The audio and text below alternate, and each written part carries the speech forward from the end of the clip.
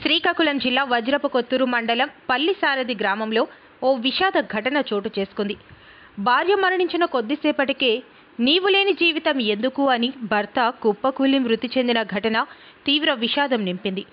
పల్లిసారథికి చెందిన రెయ్యి ఉగాదమ్మ అనారోగ్యంతో మృతి చెందింది. భార్య మరణాన్ని తట్టుకోలేక 10 నిమిషాల వ్యవధిలోనే భర్త రెయ్యి కామేశ్వరరావు ఒక్కసారిగా కుప్పకూలి అక్కడికక్కడే ప్రాణాలు వదిలాడు.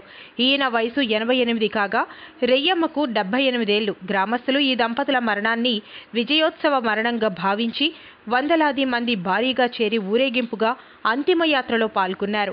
వీరి కుమారుడు బాలు అలియాస్ బాలకృష్ణ 25 ఏళ్ల క్రితం పోలీసుల ఎదురుకాల్పుల్లో మృతి చెందగా ఆ వృద్ధ దంపతులు గ్రామంలో నివసిస్తున్నారు. ఈ ఘటన ఆ ప్రాంతంలో విషాదం నింపింది.